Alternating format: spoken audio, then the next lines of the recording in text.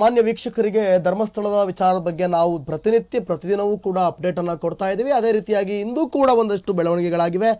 ಧರ್ಮಸ್ಥಳ ಕೇಸ್ನ ಎಕ್ಸ್ಕ್ಲೂಸಿವ್ ಸುದ್ದಿಯನ್ನ ನಿಮ್ಮ ಮುಂದೆ ಇಡ್ತಾ ಇದ್ದೀವಿ. ನಾವು 1995ರಿಂದ 2014ರವರೆಗೆ ನೂರಾರು ಶವಗಳನ್ನ ಹೂಳಲಾಗಿದೆ ಅಂತ ಹೇಳಿ ಆರೋಪಗಳು ಕೇಳಿ ಬಂದಿತ್ತು. ಇದು ಧರ್ಮಸ್ಥಳ ಕೇಸ್ನ ಎಕ್ಸ್ಕ್ಲೂಸಿವ್ ಸುದ್ದಿ.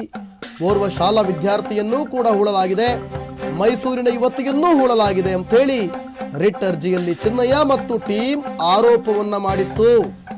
ಧರ್ಮಸ್ಥಳ ಕೇಸ್ನ ಎಕ್ಸ್ಕ್ಲೂಸಿವ್ ಸುದ್ದಿ ಅಂತಾನೆ ಹೇಳಬಹುದು.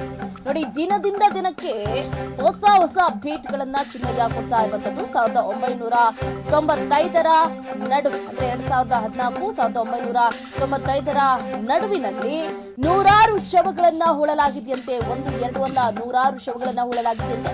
ಅದರಲ್ಲಿ ಓರ್ವ ಶಾಲಾ ವಿದ್ಯಾರ್ಥಿನಿಯನ್ನು ಕೂಡ ಹೂಳಲಾಗಿದೆ ಅನ್ನುವಂತಹ ಮಾಹಿತಿ ಲಭ್ಯ ಆಗ್ತಾ ಇದೆ. ಮೈಸೂರಿನ ಯುವತಿಯನ್ನು ಕೂಡ ಹೂಳಲಾಗಿದೆ. ರಿಟ್ ಅರ್ಜಿಯಲ್ಲಿ ಚಿನ್ನಯ್ಯ ಅಂಡ್ ಟೀಮ್ ಗಂಭೀರ ಆರೋಪವನ್ನ ಮಾಡಲಾಗ್ತಾ ಇರುವಂತದ್ದು. ಈಗಾಗಲೇ ಚಿನ್ನಯ್ಯ ಕೊಟ್ಟಿರುವಂತಹ ಹೇಳಿಕೆ ಒಂದು ತಿರುವನ್ನ ಪಡ್ಕೊಳ್ತಾ ಇದೆ. ಯಾವಾಗ ಮಹೇಶ್ ಶೆಟ್ಟಿ ತಿಮ್ಮರೋಡಿ ಅವರ ನಿವಾಸದಲ್ಲಿ ಕೂತ್ಕೊಂಡು ಸಾಕಷ್ಟು ಹೇಳಿಕೆಗಳನ್ನ ಕೊಟ್ಟರು, ಅಲ್ಲಿ ಧರ್ಮಸ್ಥಳದಲ್ಲಿ ಆಗಿರುವಂತಹ ವಿಷಯಗಳ ಬಗ್ಗೆ, ಹಾಗೆ ಹೆಣ ಉಳುವಂತಹ ಸಂದರ್ಭದಲ್ಲಿ ನಾವು ಯಾವ್ಯಾವ ರೀತಿಯಲ್ಲಿ ಕಷ್ಟವನ್ನ ಅನುಭವಿಸಿದ್ವಿ ಅಂತ ಚಿನ್ನಯ್ಯ ಒಂದೊಂದೇ ಹೇಳಿಕೆಯನ್ನ ಕೊಟ್ಟಿದ್ರು. ಈಗ ನೋಡಿದ್ರೆ 1995ರಿಂದ 2014ರವರೆಗೆ ಅಂದ್ರೆ 2013ರಲ್ಲಿ ಸೌಜನ್ಯ ಕೊಲೆ ಆಗುತ್ತೆ, 2014ರವರೆಗೂ ಹಂಗೋ ಹಿಂಗೋ ಆಗುತ್ತೆ. ಯಾವಾಗ ಈ ವಿಷಯ ಪೀಕ್ ಪಡ್ಕೊಳ್ಳುತ್ತೋ, ಈಗಾಗಲೇ ಚಿನ್ನಯ್ಯ ಕೂಡ ಹೇಳ್ಬಿಟ್ಟಿದ್ದಾರೆ, ಸೌಜನ್ಯ ಪ್ರಕರಣ ಆದ ನಂತರ ಅಲ್ಲಿ ಕೊಲೆಗಳು ಕಡಿಮೆ ಆಗಿದೆ, ಅತ್ಯಾಚಾರಗಳು ಕಡಿಮೆ ಆಗಿದೆ ಅಂತ. ಸೊ ಹಾಗಾದ್ರೆ ಹಂತಕರು ಎಲ್ಲೋ ಒಂದು ಕಡೆ ಸೈಲೆಂಟ್ ಆದ್ರ ಅನ್ನುವಂತ ಪ್ರಶ್ನೆ ಕೂಡ ಮೂಡುತ್ತೆ. ಇದಕ್ಕೆ ಸಂಬಂಧಪಟ್ಟಂತೆ ಇವತ್ತು ರಿಟ್ ಅರ್ಜಿಯಲ್ಲಿ ಚಿನ್ನಯ್ಯ ಅಂಡ್ ಟೀಮ್ ಸಾಕಷ್ಟು ಆರೋಪವನ್ನು ಕೂಡ ಮಾಡಿರುವಂತದ್ದು ಎಲ್ಲರ ಗಮನವನ್ನ ಸೆಳೆದಿದೆ ಅಂತಾನೆ ಹೇಳ್ಬೋದು. PIL ಅರ್ಜಿ ಹಾಕ್ತಾರೆ, ರಿಟ್ ಅರ್ಜಿ ಪಬ್ಲಿಸಿಟಿ ಇಂಟ್ರೆಸ್ಟ್ ಲಿಟಿಗೇಷನ್ ಅಂತ ಕರೀತಾರೆ ಅದನ್ನ. ಅಂದ್ರೆ ಸಾರ್ವಜನಿಕ ಹಿತಾಸಕ್ತಿ, ಅದು ಅಂದ್ರೆ ನಾವೇ ಇಂಟ್ರೆಸ್ಟ್ ತೋರಿಸೋದು, ಆಸಕ್ತಿ ತೋರಿಸೋದು. ಸೊ ಈ ಆಸಕ್ತಿಯನ್ನ ಯಾರು ತೋರಿಸಿದ್ರು? ಚಿನ್ನಯ್ಯ ಮತ್ತು ಟೀಮ್. ಇವರು ಏನು ಲಿಟಿಗೇಷನ್ ಮಾಡ್ತಾರೆ ಅಂತಂದ್ರೆ, ಅಂದ್ರೆ PIL ಮಾಡ್ತಾರೆ ಅಂತಂದ್ರೆ ಅದರಲ್ಲಿ ಏನಿರುತ್ತೆ ಅಂತಂದ್ರೆ ಇವೆಲ್ಲ ಇರುತ್ತೆ. 1995ರಿಂದ 2014ರವರೆಗೆ ನೂರಾರು ಶವಗಳನ್ನ ಹೂಳಲಾಗಿದೆ. ನೂರಾರು ಶವಗಳನ್ನ, ಓರ್ವ ಶಾಲಾ ವಿದ್ಯಾರ್ಥಿಯನ್ನು ಕೂಡ ಹೂಳಲಾಗಿದೆ, ಮೈಸೂರಿನ ಯುವತಿಯನ್ನು ಹೂಳಲಾಗಿದೆ ಅಂತ ಹೇಳಿ ಈ ರಿಟ್ ಅರ್ಜಿಯಲ್ಲಿ ಇರೋದು. ಬನ್ನಿ ಅದೇ ಪಾಯಿಂಟ್ಸ್, ಆಕ್ಚುಲಿ ಏನೇನು ಪಾಯಿಂಟ್ಸ್ ಅಂತ ನೋಡ್ತಾ ಹೋಗೋದಾದ್ರೆ, 95ರಿಂದ 14ರವರೆಗೆ ನೂರಾರು ಶವ ಹೂಳಲಾಗಿದೆ. ಧರ್ಮಸ್ಥಳದಲ್ಲಿ ನೂರಾರು ಶವಗಳನ್ನ ಹೂಳಲಾಗಿದೆ. ಹೆಣ ಸುಡೋದ್ರಲ್ಲಿ ಅರ್ಜಿದಾರರನ್ನ ಬಲವಂತವಾಗಿ ಬಳಕೆ ಮಾಡಿಕೊಳ್ಳಲಾಗಿದೆ.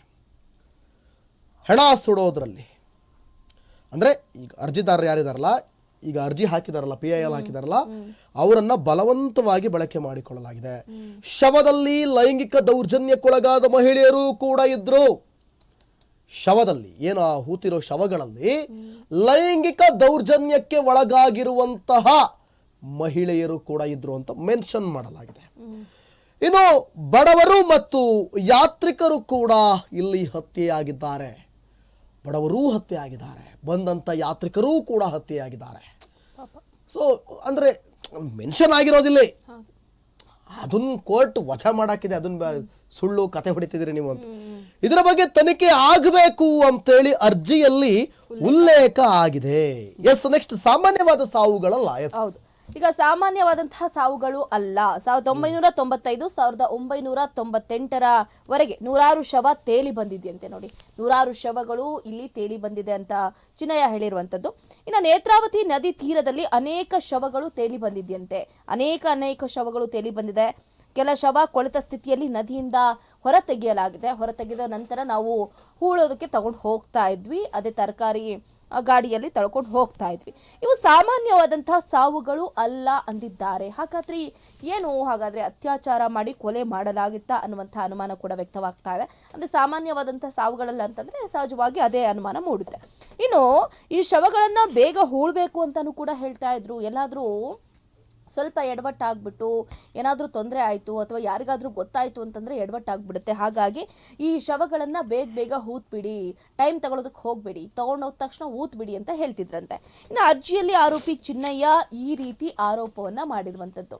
ಎಸ್ ಚಿನ್ನಯ್ಯ ಒಂದು ಕಡೆ ದಿನದಿಂದ ದಿನಕ್ಕೆ ಸ್ಫೋಟಕ ಹೇಳಿಕೆಗಳನ್ನ ಕೊಡ್ತಾ ಇದ್ದಾರೆ. ಬಟ್ ಯಾವುದನ್ನ ನಂಬಬೇಕು ಯಾವುದನ್ನ ಬಿಡಬೇಕು ಅನ್ನೋದು ಗೊತ್ತಾಗ್ತಾ ಇಲ್ಲ. ಬಟ್ ಈಗ ಕೋರ್ಟ್ನಲ್ಲಿ ಏನು ಅಪೀಲ್ ಮಾಡಿದ್ದಾರೆ, ಈ ಅಪೀಲನ್ನ ಕೋರ್ಟ್ ಎಷ್ಟರ ಮಟ್ಟಿಗೆ ತಗೊಳುತ್ತೆ ಅನ್ನೋದೇ ಒಂದು ಕಡೆ ಪ್ರಶ್ನೆ.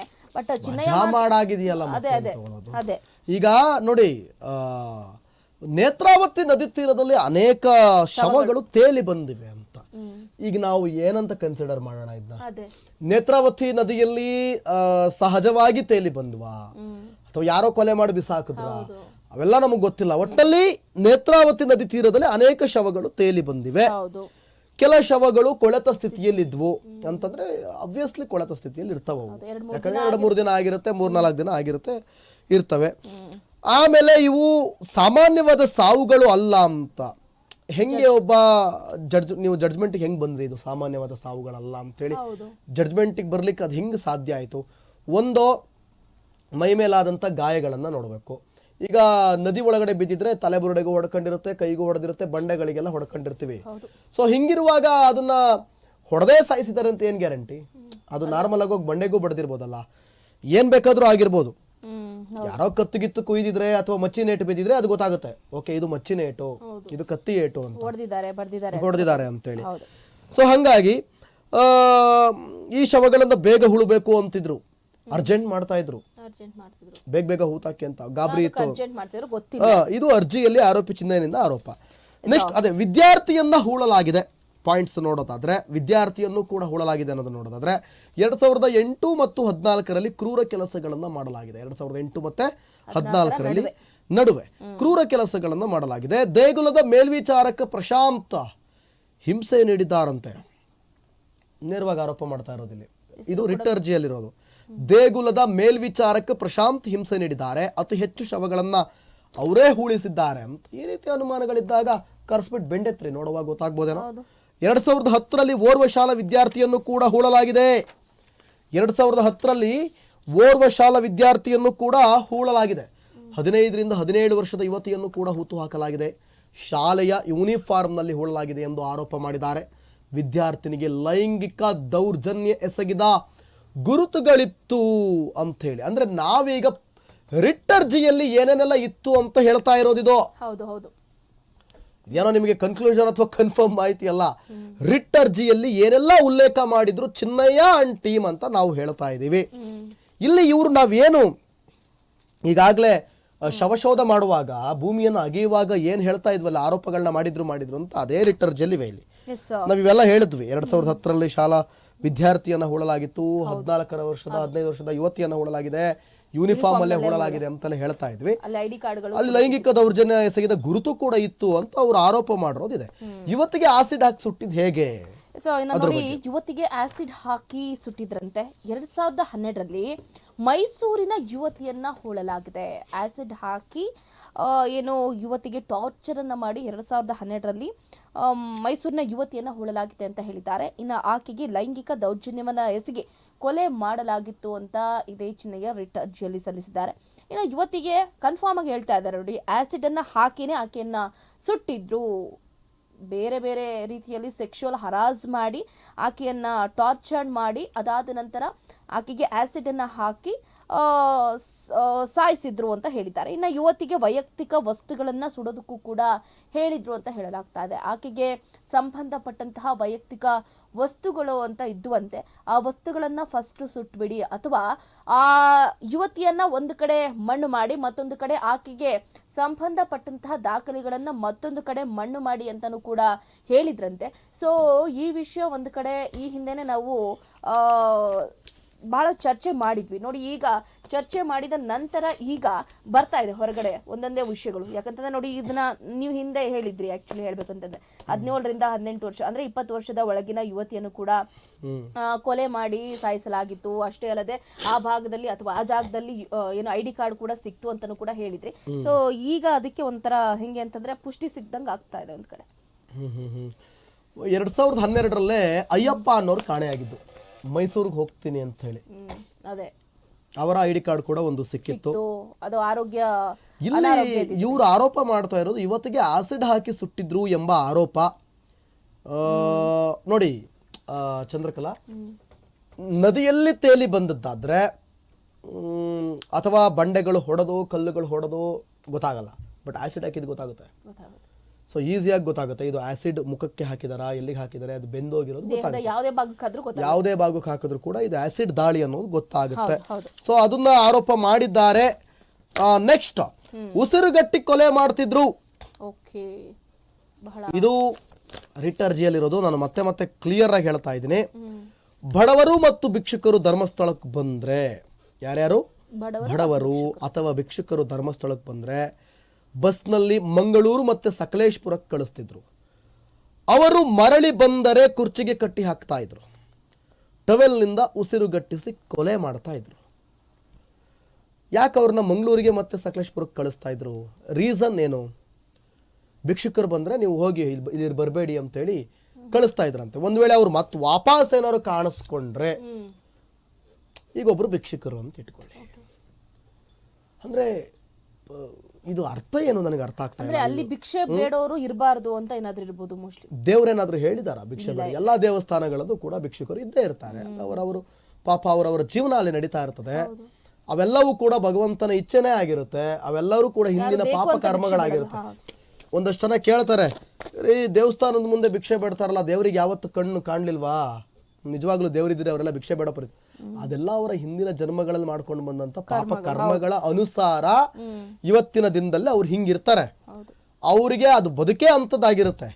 ಸೊ ಇವರು ಅದನ್ನ ಏನ್ ಮಾಡ್ತಿದ್ರಂತೆ, ಯಾರಿಲ್ಲ ಆರೋಪ ಮಾಡ್ತಾ ಇದ್ರಲ್ಲ, ಬಂದವರನ್ನ ನಡ್ರಿ ನೀವು ಮಂಗಳೂರಿಗೆ ಹತ್ರಿ ಬಸ್, ನೀವು ಇಲ್ಲ ಸಕಲೇಶ್ಪುರಕ್ಕೆ ನಡ್ರಿ ಅಂತ ಕಳಿಸ್ತಾ ಇದ್ರಂತೆ. ವಾಪಸ್ ಅದೇ ಮುಖಗಳನ್ನೇನಾದ್ರೂ ಮತ್ತೆ ಕಂಡ್ರೆ ಟವೆಲ್ನಿಂದ ಉಸಿರುಗಟ್ಟಿಸಿ ಕೊಲೆ ಮಾಡ್ತಾ ಇದ್ರಂತೆ. ಓಕೆ, ಶಿಕ್ಷಕನಿಂದ ಲೈಂಗಿಕ ದೌರ್ಜನ್ಯ ಅಂತೆ. ಎಸ್ ನೋಡಿ, ಶಿಕ್ಷಕನಿಂದ ಲೈಂಗಿಕ ದೌರ್ಜನ್ಯ 2014ರಲ್ಲಿ ಚಿನ್ನಯ್ಯನ ಸೋದರ ಅಳಿಯನ ಮೇಲೂ ಕೂಡ ದೌರ್ಜನ್ಯ ಎಸಗಲಾಗಿತ್ತಂತೆ. ಚಿನ್ನಯ್ಯ ಅವರ ಸೋದರ ಅಳಿಯನ ಮೇಲೂ ಕೂಡ ದೌರ್ಜನ್ಯವನ್ನ ಎಸಗಿದ್ರಂತೆ. ದೇವಸ್ಥಾನದ ಶಾಲೆ ಶಿಕ್ಷಕನಿಂದ ಲೈಂಗಿಕ ದೌರ್ಜನ್ಯವನ್ನ ಎಸಗಲಾಗಿತ್ತಂತೆ. ಮೇಲ್ವಿಚಾರಕ ಪ್ರಶಾಂತ್ ನಿರಂತರವಾಗಿ ಹಿಂಸೆಯನ್ನ ಕೊಟ್ಟಿದ್ದಾರೆ ಎನ್ನಲಾಗ್ತಾ ಇದೆ. ಚಿನ್ನಯ್ಯ ಕುಟುಂಬ ಸಮೇತ ಪರಾರಿ ಆಗುವುದಕ್ಕೆ ನಿರ್ಧಾರವನ್ನ ಕೈಗೊಂಡಿದ್ರು ಎನ್ನಲಾಗ್ತಾ ಇದೆ ರಿಟ್ ಅರ್ಜಿಯಲ್ಲಿ. 2014 ಡಿಸೆಂಬರ್ನಲ್ಲಿ ಕುಟುಂಬದೊಂದಿಗೆ ಆಂಧ್ರಕ್ಕೂ ಕೂಡ ಪರಾರಿ ಆಗಿದ್ರಂತೆ ಈ ಚಿನ್ನಯ್ಯ ಹಾಗೆ ಇವರ ಕುಟುಂಬಸ್ಥರು. 2014ರಲ್ಲೇ ಸಾಕಷ್ಟು ಪ್ರಕರಣಗಳು ಆಗಿದೆ. ಒಂದು ಕಡೆ 2011ರಲ್ಲಿ ಏನು ಯುವತಿಗೆ ಆಸಿಡ್ ಹಾಕಿ ಸುಟ್ಟಿದ್ದು, ಮತ್ತೊಂದು ಕಡೆ ಉಸಿರುಗಟ್ಟಿಸಿ ಕೊಲೆ ಮಾಡಿದ್ದು. ಅದಾದ ನಂತರ 2014ರಲ್ಲಿ ಶಿಕ್ಷಕನಿಂದಲೇ ಲೈಂಗಿಕ ದೌರ್ಜನ್ಯವನ್ನ ಎಸಗಲಾಗಿರುವುದು. ಒಂದು ಕಡೆ ಬರೀ ಲೈಂಗಿಕ ದೌರ್ಜನ್ಯದ ಸದ್ದೆ ಇಲ್ಲಿ ಹೆಚ್ಚಾಗಿ ಕೇಳಿ ಬರ್ತಾ ಇದೆ. ಲೈಂಗಿಕ ದೌರ್ಜನ್ಯ ಅದಾದ ನಂತರ ಅತ್ಯಾಚಾರ, ಕೊಲೆ, ಇದೇ ಒಂಥರ ಕೊನೆ ಹಂತ ಆಗೋಗ್ಬಿಟ್ಟಿದೆಯಾ ಇಲ್ಲಿ ಅಂತ. ಈ ದೇವಸ್ಥಾನದ ಶಾಲೆಯ PET ಶಿಕ್ಷಕ ಲೈಂಗಿಕ ದೌರ್ಜನ್ಯ ಅಂದಾಗ ನನಗೊಂದು ಕತೆ ನೆನಪಾಗುತ್ತೆ. PET ಶಿಕ್ಷಕ ಒಂದು ಕತೆ ನೆನಪಾಗುತ್ತೆ. ಬೇಡ ಆ ಮಠದ ಹೆಸರು ಹೇಳೋದು ಬೇಡ, ನಾನೇ ಓದಿದಂತ ಒಂದು ಮಠ, ಆ ಹೆಸರು ಹೇಳೋದು ಬೇಡ. ತುರುವೇಕೆರೆಯ ಜಡೆಮಾಯಸಂದ್ರದ ಬಳಿ ಅದರ ಬ್ರಾಂಚ್ ಇದೆ, ಚಂದ್ರಕಲಾ. ಆಯ್ತಾ? ಅಲ್ಲೊಬ್ಬ PET ಶಿಕ್ಷಕ ಇದ್ದ. ಅವನ ಹೆಸರು ಗಿರಿಧರ್ ಅಂತ. ಹುಟ್ಟು ಅವಿವೇಕಿ. PET ಶಿಕ್ಷಕ ಹೆಣ್ಣು ಮಕ್ಕಳನ್ನ ಆಟ ಆಡಿಸ್ತೀನಿ, ಡ್ಯಾನ್ಸ್ ಮಾಡಿಸ್ತೀನಿ ಅಂತ ಹೇಳಿ ಮುಟ್ಟೋದು, ಟಚ್ ಮಾಡೋದು, ಅಬ್ಯೂಸ್ ಆಗಿ ಟ್ರೀಟ್ ಮಾಡೋದು. ಇದನ್ನ ನಾನು PUC ಆಗ ಬಹುತೇಕ ಫಸ್ಟ್ PUC, ನಾವು ಅದನ್ನ ನಮ್ಮ ಗಮನಕ್ಕೆ ಬಂದ್ರು ನಾವು ಅಸಹಾಯಕರು, ನಾವೇನು ಮಾಡಕ್ ಆಗ್ತಾ ಇರಲಿಲ್ಲ, ನಾವು ಚಿಕ್ಕವರು. ಪಾಪ ಅಲ್ಲಿದ್ದ ಹೆಣ್ಮಕ್ಳು ಕೂಡ ಅಸಹಾಯಕರು. ನಾನು ಏನು ಓಪನ್ ಆಗಿ ಹೇಳ್ತೀನಿ, ಅದರಲ್ಲೇನೋ ಮಾಡ್ತಾ ಇದ್ದಿದ್ದೆ ಹಲ್ಕ ಕೆಲಸ ಅಲ್ವೇ? ನೋಡಿ ಇಂಥವ್ರೆಲ್ಲ ಇರ್ತಾರೆ ಅಂತ ಎಕ್ಸಾಂಪಲ್ ಕೊಡ್ತಾ ಇರೋದು ನಾನು.